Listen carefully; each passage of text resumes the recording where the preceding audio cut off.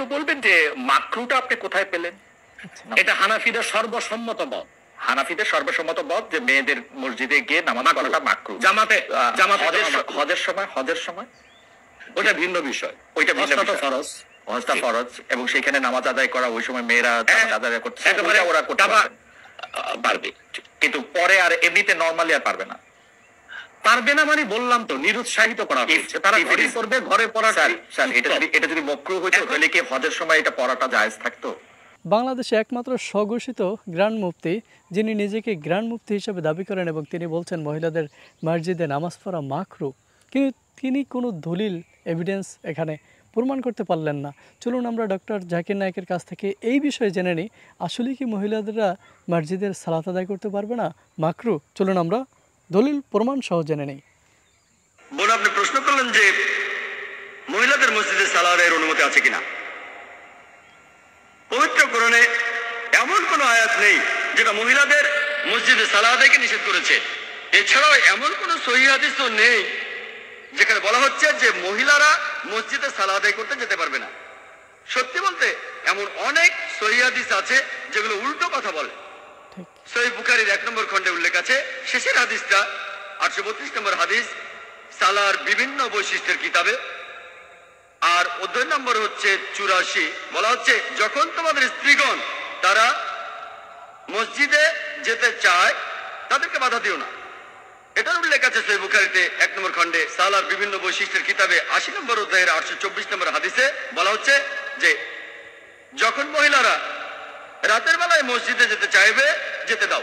এমনকি রাতের বেলায়ও তারা যদি মসজিদে যেতে চায়, সহিহ বুখারীর 1 নম্বর খণ্ডের 824 নম্বর হাদিস বলছে যে তাদেরকে তোমরা মসজিদে যাওয়ার অনুমতি দাও। সহিহ মুসলিমে এটার উল্লেখ আছে, সহিহ মুসলিমের 1 নম্বর খণ্ডে।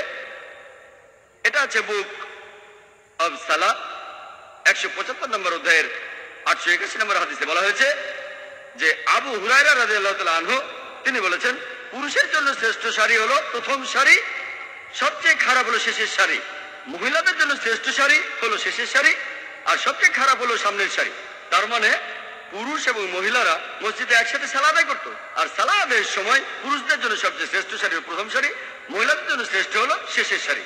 পুরুষের জন্য খারাপ হলো শেষের শাড়ি, মহিলাদের জন্য খারাপ হলো প্রথম শাড়ি। এরকম অনেক হাদিস যদি আপনি পড়েন সহিহ মুসলিম 1 নম্বর খণ্ড, এটা আছে বুক অফ সালাহ 177 নম্বর অধ্যায়ের 884 নম্বর হাদিসে বলা হচ্ছে যে তোমরা মসজিদে যেতে আল্লাহ সুবহানাহু ওয়া তাআলার কোন ভৃত্যকে বাধা দিও না।